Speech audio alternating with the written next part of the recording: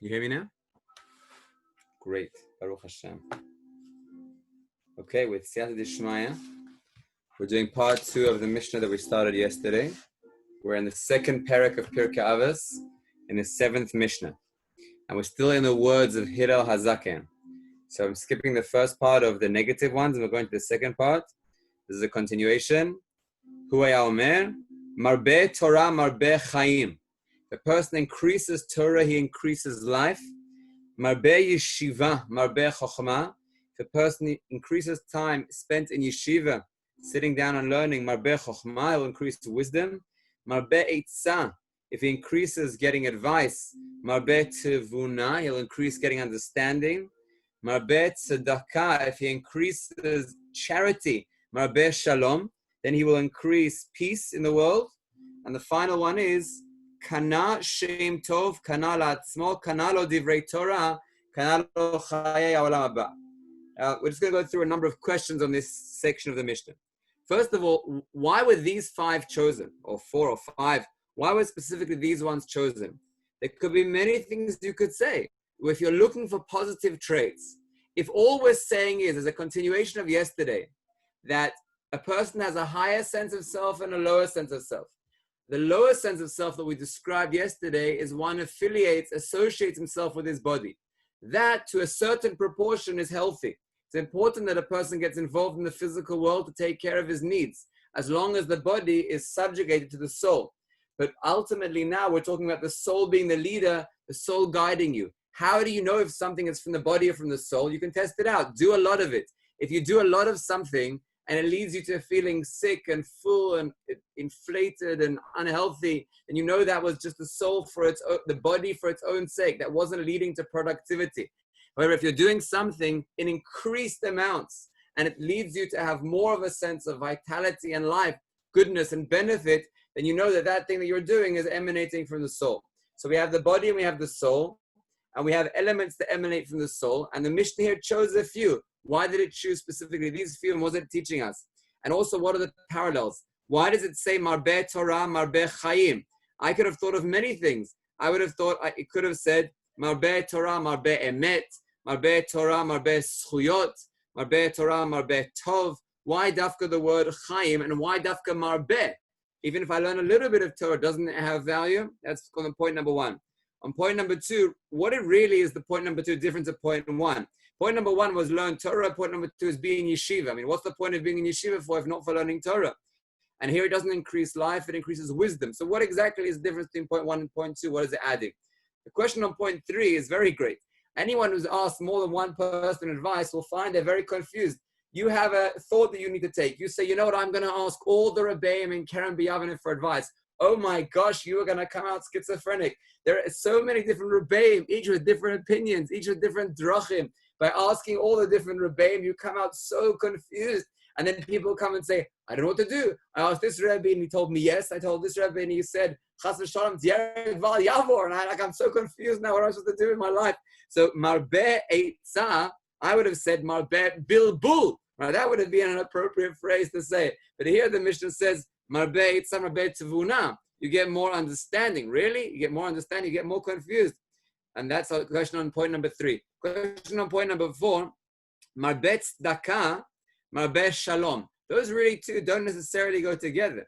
I mean, is it the essence of tzedakah is that it leads to shalom?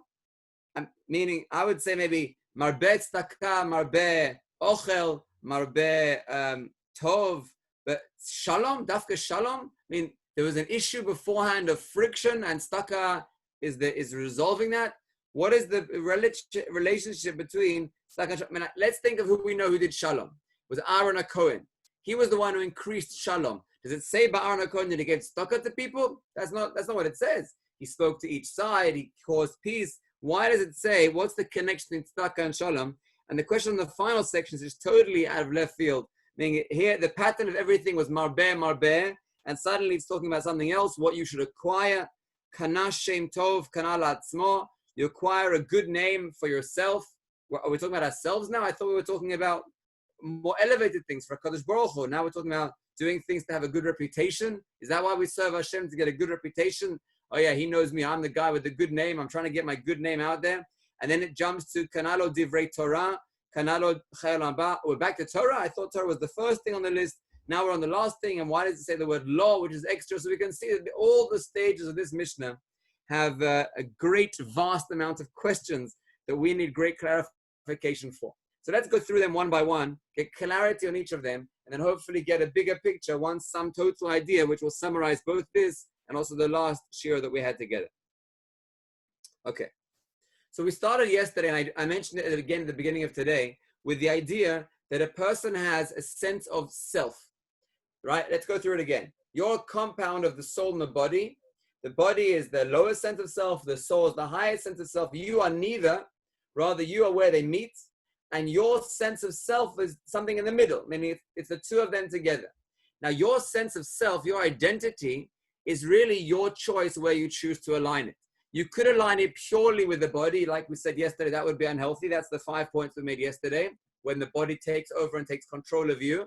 Or you could align it totally with the soul, which to an extreme we said is unhealthy as well.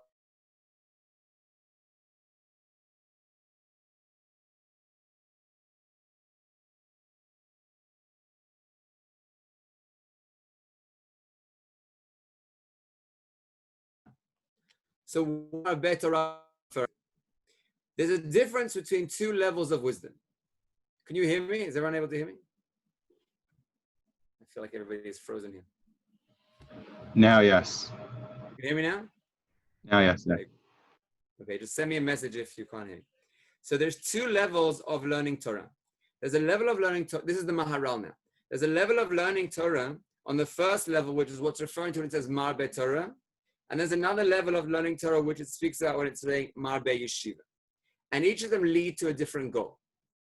Marbe Torah is not talking about regular learning. And let's explain why. Regular learning may be seen as another mitzvah. Just like you do other mitzvahs, which you see in a limited technical way, you have to shake your lulav and etrog, and you say, what are the boundaries of the mitzvah? And you do it. You say you have to later on give tzedakah, what are the boundaries? And you do it. Maybe tzedakah it's not a good example. But other mitzvahs which are clearly defined, they're limited in their scope, you know what they are and you do them and they're packaged. Now, the moment that you limit something, then its effect is also limited. Torah, and we're going to see, this is going to be a flow we're going to see now, is in the category of things that are unlimited. It's not something limited. It's something which our instruction regarding Torah is to increase. It's not that you have a clearly defined boundary of saying Shema in the morning, saying Shema in the evening, you fulfilled the obligation, you can move on with your life. No. We're talking here about the essence of your life. And there are two ways of viewing Torah. You could view Torah as another mitzvah, which has boundaries and has limitations. And to some degree, there's a danger in this mindset when you go out to the working world. Because when you're in yeshiva and able to learn a full schedule, then there's a sense of increasing amounts of Torah learning you can do. There's the expansive mindset of I can learn all day. And even then, there's not enough time to fulfill all the projects I want to do. But when a person is in a stage where they're kovea itzim l'Torah, then they have their morning learning they do, and they have their evening learning they do. And that's a very good place to be. Baruch Hashem, you're learning the morning, the evening. But then the Torah has this sense of it's in a box. It's limited. Now, what does a person feel once Torah is in a box? So it really saps his energy. Meaning, then it gets a sense of being a burden. Oh, I have to do my Torah learning now. Here it is. It started there. It finished there. It was in its box. I did it and I've done it. Oh, and then a sense of relief. It doesn't give you a sense of vitality. It doesn't give you a sense of being alive.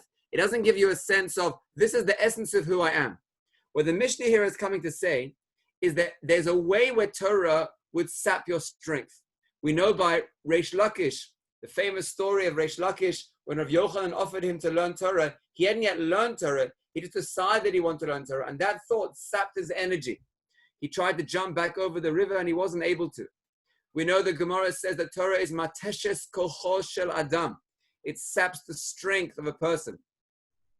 Yosef's older brother Aryeh, in his parting speech from Kerem B'Yavneh, the way he defined Kerem B'Yavneh was that it's a place where we commit suicide. And how did he get that unique definition of what Keren B'Yavneh? I think he was talking about all yeshivas, not just Keren B'Yavneh.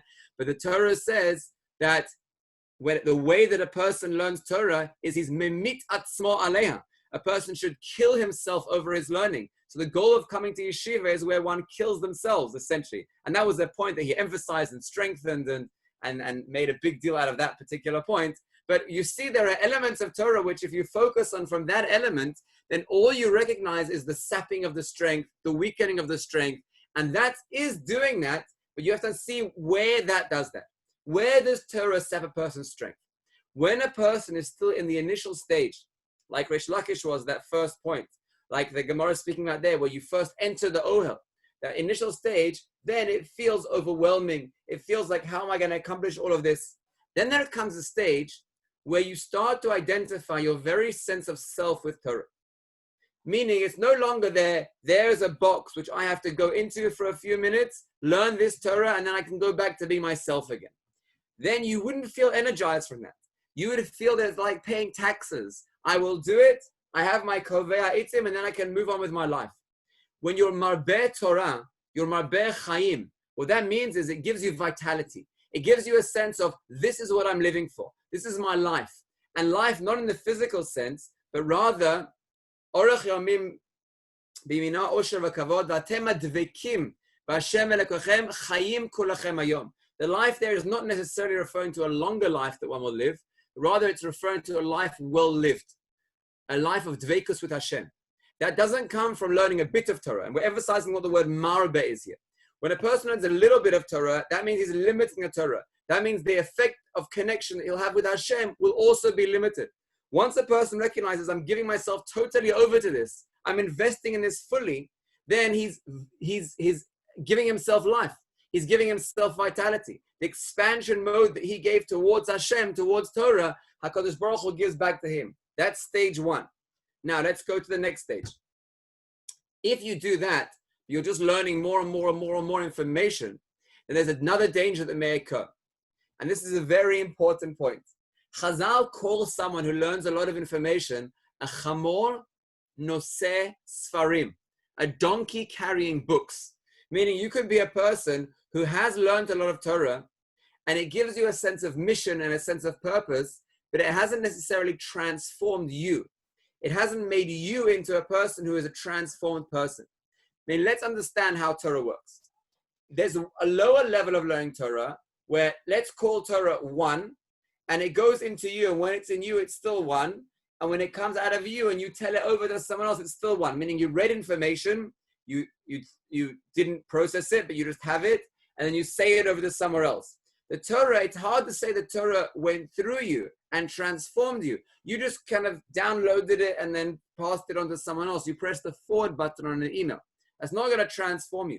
But a Talmid Chacham is called the Talmid Chacham because he's in a constant process of learning. I mentioned this, I don't know if anyone remembers, whoever's in Shana Bet, maybe even Shana Aleph. I mentioned this in the opening talk that I gave on the first Shalosh Shudas that we had when we first came to Yeshiva. There's a sense when you come to Yeshiva where the Torah still seems external to you. And the reason why is because you're still viewing Torah as a lot of information that you have to memorize and know and then write it down, and then you've learned Torah. And you could be doing that a lot, and it will give you a sense of purpose and mission, but you won't have a sense of you being involved in the learning. There won't be a sense of the deeper vitality where there is your chokhmah coming through. It's not your wisdom that's being expressed. And I want to share something very personal, which I share often with my wife, and I think it's very relevant to say over here. Often in these shiurim that we learn together, I say back to my wife afterwards, you have to hear this amazing idea that was said today in Musa Seder. And she says, well, who said it? And I said, well, I said it, but really, I didn't prepare it, and I didn't think of it. I didn't read it anywhere. When I was talking, it just came. So she said, you must write those ideas down because that was really like Kodesh Baruch Hu inspiring you with that idea. And here's what we call exponential understanding. When your goal is just to get information and pass it on, you won't feel connected to Torah. You won't feel it's your Torah. You won't feel a deep sense of connection.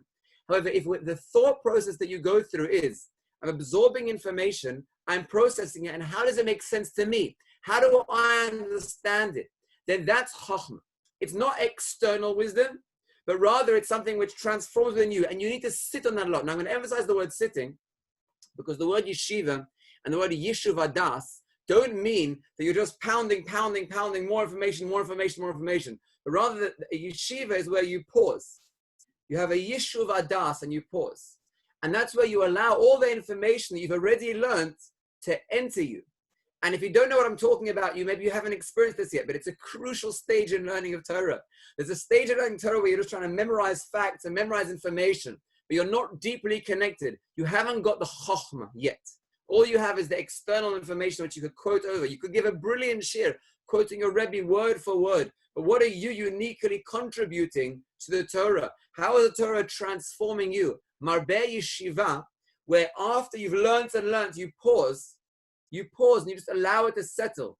And you allow yourself to think. And you ask yourself, how does this resound with me? Marbeh Chokhmah. That's how you'll genuinely bring out new wisdom into the world. That's stage 2. We're already seeing a pattern now of how we're getting vitality through our avodas Hashem. Stage number 3. Now here I have to quote the Ruach Chaim, because his parish on this is phenomenal. And again, it's going to be a similar theme to what we're speaking about now, about being authentic, about being genuine, about having a sense of your life being connected to all the ideas. That's all the theme we're going through here, about being authentic and genuine, and you deeply associating and identifying and connecting with these ideals, and it will raise you up exponentially to a new level. So how should you take advice? When you have an idea, you need to think through some advice you need to take. How do you do that? How do you get advice? Should you just ask one person and go with what he says, or should you take advice from many people? So here are the words here. These are I'm going to read it inside. It's worth, if you have it, Ruach Chaim, this is gold. So he says a funny thing at the beginning, because it sounds quite chutzpahdik what he's saying. And if it would be out of context, then you wouldn't believe that was coming from him. But listen to his words. He says, it's a common phrase that people say, ask advice and do whatever you want. Ask advice and do whatever you want. That's chutzpah, no? I go to this rabbi, what do you say? This rabbi, what do you say? This rabbi, what do you say? And then I heard you all, now I'm doing whatever I want. So why did you ask? But initially that phrase sounds like it's a chutzpahdik phrase. But then he explains this phrase with a lot of depth. He says, Yuvan pashut ki ish mi bachutz lo yavin kol pnimiyut ha'inyan. Any person who's external to you can never understand your inner world. No one can give you advice ever, because no one understands who you are deeply. So anyone external you ever ask advice for, they'll only be able to give you from their perspective how they view it, but they're not looking into you in your inner world. So how can you take advice from them? But this is what you must do, says the Ruach Chaim. You ask person number 1 and you hear their perspective. You ask person number 2, you hear their perspective. You ask 3, you take in all their perspectives. Each of them are giving you their view, not your view. But you take them all in, Why do you need to take them all in? Because even though ultimately you are the only one who can know yourself, but you don't have an idea of parameters. You don't have an idea of perspectives. You don't have an idea of viewpoints. You don't know that. You don't know of different ways of looking at the world. So you ask this rabbi, this wise person, this family member. You take in all their perspectives, not because you're going to do what they say, but because it's other factors that you need to take into account when you eventually bring it all home.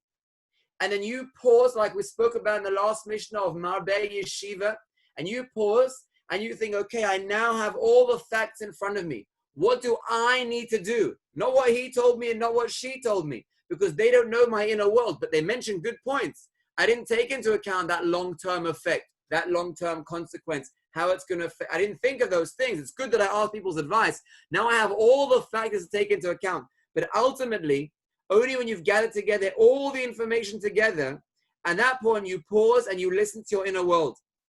When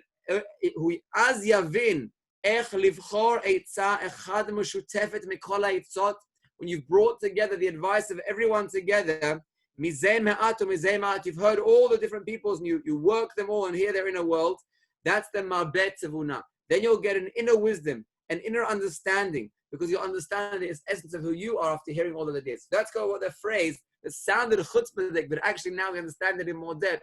Marbeh, you take advice from everyone and then do whatever you need to do inherently. Once you've heard all those external opinions, you know. And just to explain this in the full picture, the one extreme is where you take advice from people and you say, I don't have my own inner voice. I'm going to do what he says. But then he said something else. And then I'm confused. Well, who are you? What's your inner voice saying? That's an unhealthy mode of just taking other people's advice as Torah Misinai. The other extreme, which is unhealthy, is where you say, I don't care what anyone says. I'm doing my own thing. I'm not even going to take counsel from anyone. That's also unhealthy. There may be many things you're not taking into account. The healthy Torah path is marbeh itzah, marbeh tzavuna. You get a much deeper inner understanding, and then eventually you follow your own inner world because you're the only one who knows yourself inherently after hearing all that advice. And can we see right now the theme that's taking place? We're having a theme. All of these are you increase something positive in order to get to your inner world, your own yishuv hadas of depth of thought, your own chiyus that comes from learning Torah, and now your own inner voice that comes from hearing Eitzah from many people. Let's go to the fourth one. Marbeh shalom, marbeh tzedakah, marbeh shalom. Increasing charity increases peace. Now let's understand this point as well, along a similar theme. There's a certain amount of tzedakah that a person is willing to give, which is a normal amount. And it's what they feel they're willing to contribute. And that's not marbeh tzedakah, that's just giving tzedakah. But what we're coming to answer now is the question, why does it say marbeh, extra tzedakah? So there's an amount which you're naturally willing to give, which you feel generous and you want to give. And that's tzedakah. That won't bring peace to the world. There will still be machlokas in the world. However, if you're marbeh tzedakah, if you do extra peace, extra tzedakah, you go beyond your limitations and you have an exponential mindset and you're going beyond boundaries and you're giving tzedakah even when you don't feel like it, but because you recognize inherently there's a good cause that's taking place here. You're not working with midas adin. The halacha says 10%, I will give 10% and no more. Unless I feel that I want to give more, then I will choose to give more, but it's all within my terms. No. If you do that and you're working with midas adin and when it's on your terms, then the way that other people will relate to you and the way that HaKadosh Baruch Hu will relate to you will also be with that same limited mindset. And our purpose in positive things is breaking beyond limitations. Marbeh. When you relate to the world with expansive mindset, and the world will relate to you. Where does machlokas come from? Machlokas comes where everyone is in their limited perspective, like we spoke about 2 times ago. I have my view and you have your view, and I don't believe there's any room for you in my world. And even though we're looking at the same thing, we're each in our own separate perspectives, and therefore machlokas causes. However, once you develop an expansive mindset, meaning you're willing to look beyond it has to be this exact way. Rather, you say, I'm willing to do this, that's midas adin, and I'm willing to go beyond that. And I'm willing to give tzedakah and help people, even beyond my limitations. Then you develop a mindset for yourself where there aren't boxes that you put yourself or other people in. Then you break past all the machlokas, because the machlokas comes where you're limiting yourself, where you're doing just tzedakah. Exactly. That's what the word tzedakah means. Tzedek, justice. There are just rules and ways things have to be. That can cause machlokas. I have my definition of justice and you have yours, and we conflict. However, marbeh tzedakah, when you give more beyond the limitations and you have a mindset of I'm not just doing what I feel like doing, but I'm doing what I know is right, even if it's beyond what's natural to me, I'll keep giving and keep giving and keep giving, then that same midah that you've now brought to the world of going beyond your limitations will help other people that you interact with, and also the way that Hashem relates to you also go beyond limitations. And that will bring shalom to the world. Shalom where there aren't separate viewpoints and everyone in their limited boxes, but rather able to view things from that expansive mindset. That's marbeh tzedakah, marbeh shalom. Now the final one, which seems out of context, is really a summary and a microcosm of this whole idea. Kana shem tov, kana la'atzmo is stage 1. And then the second stage is kana lo divrei Torah, kana lo chaya olam haba. Now, often when Chazal say chaya olam haba, they're not talking about the next world. They're talking about the ability to live with the mindset of the next world when you're already here in this world. Let's put that point on pause for a moment, and I'll explain this idea in more depth. We've spoken all the way through today's Mishnah about a person being authentic with himself, recognizing he has an inner world, and then taking that and being expansive beyond limitations in order that his sense of self can feel grounded, can feel real, can feel vitalized. Stage 1 of this mission is saying, Kana Shem Tov, Kana La'atzmo. When you do good things that are recognized by other people, it gives you a sense of being. It gives you a sense of identity. It gives you a sense of, oh, this is who I am. I have this good name. People recognize me as the guy who does good things, who benefits others. I've acquired for myself a good name. For myself, not for them. For myself, I want to view myself as someone who's good. I want to view myself as someone who brings benefit to the world. If you do that, you're able to acquire yourself. You have an inner world. You have a world of vitality. You have a world of connection with HaKadosh Baruch Hu. Because you are relating to Hashem. There's a sense of you. That's stage number 1. But what are you going to do with that now? Great, you have good self-esteem. It's wonderful that you have a sense of identity. You have a self that you're now able to relate to. You're happy with who you are. You've acquired being content. Not content, that's limitation. Content means I'm satisfied. No, not satisfied. Rather, I'm excited about who I am. I'm energized by who I am. I feel vitalized by who I am. And I have kochos to go and do. Okay, what are you going to do with that? The fact that you have a good, healthy self-esteem is a tool. It's a wonderful tool, but where are you taking it to? Comes the next stage of the Mishnah and says everything we're saying, we're summarizing the following way. Kanalo divrei Torah.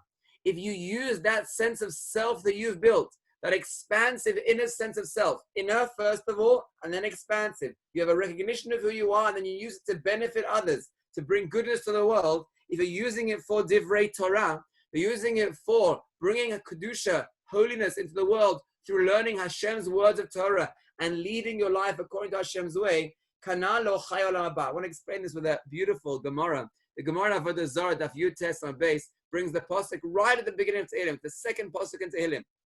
It says, Torat Hashem chefzo. One second, let me quote it accurately.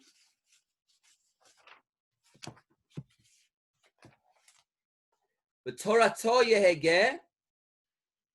The first stage of the Mishnah says, Torat Hashem chefzo. And the second stage of the Mishnah says, the Torato Yehegeh. The Gemara asks in Avodah Zarah, whose Torah is it? Is it HaKadosh Baruch Hu's Torah, or is it your Torah? It starts off by saying Torat Hashem, and then it concludes by saying Torato Yehegeh. And that's exactly the point that we are summarizing now with. There's an initial stage where if you view Avodat Hashem as external to you to some degree. You believe that it's important, you're willing to invest in it, but it's still Hashem's Torah. It's Hashem's mitzvahs. It's Hashem's ideas. It's not that you have come to a sense of identity with Him. You maybe have good self-esteem, you know who you are, but you haven't aligned that self-esteem with Hashem. At that point, you won't yet feel vitalized in the holy way of connecting to HaKadosh Baruch Hu. You'll have a great tool of self-esteem, but you won't have direction of where to take it to, what to build, where to go. At that stage, it's still external to you. It's Torat Hashem. That's the stage number 1. It's before you've learned Eitzah, to know to look into your inner world and look what the will of Hashem is. That's before you've learned Marbe Yeshiva, of having Yeshiva Das, of being able to look in and take this towards HaKadosh Baruch Hu. That's before you've been Marbe Torah, to recognize deeply that it's Marbe Chaim. This line is the summary. There then comes a stage where you've invested so much in these ideas, Marbe, Marbe, Marbe, Marbe, the first 4 Marbes, that now you don't view it as something external. It's become your identity. Hashem's values have become your identity. Like we spoke about earlier in the Mishnah, you must make Hashem's Ratzon your Ratzon. It becomes your Ratzon. It becomes what you authentically want. So the first stage is Kana Shem Tov Kana La'atzmo. You build for yourself self-esteem. The second stage is Kana Lo Divrei Torah. Once you've acquired for yourself, you've made a kinyan. What does it mean to make a kinyan? Meaning you don't see it as something else anymore. You own it. It's become yours. You feel that it's your Torah you're learning, your chidushim you're bringing out. You feel you are vitalized by your connection with Hashem. It's a kinyan for you. Not only are you guaranteed to have a next world, but already in this world you have vitalization. You already feel you're living in the mindset towards the next world already here. You feel you're doing the will of HaKadosh Baruch Hu, and you feel that dveikus and that vitality. So the first 5 points of the Mishnah, they sap your energy. The more you invest in them, they make you feel weaker. They wear you out. They make you have worries. They make other people control you. They make you have eventually rima, meaning, like we spoke about yesterday, too much of physical pleasure makes a person feel sick of the physical pleasure. But these things we're speaking about now, these are your authentic inner self. You first recognize your inner self, and then you align that inner self with Torah. That is ever increasing. You'll never run out of that. You'll be able to revitalize. And when you're on that path, when you tune your inner self in with Avodat Hashem, at that point, you know you've acquired your place in this world, in the next world. Yeshar Koach. Thank you, Rabbi.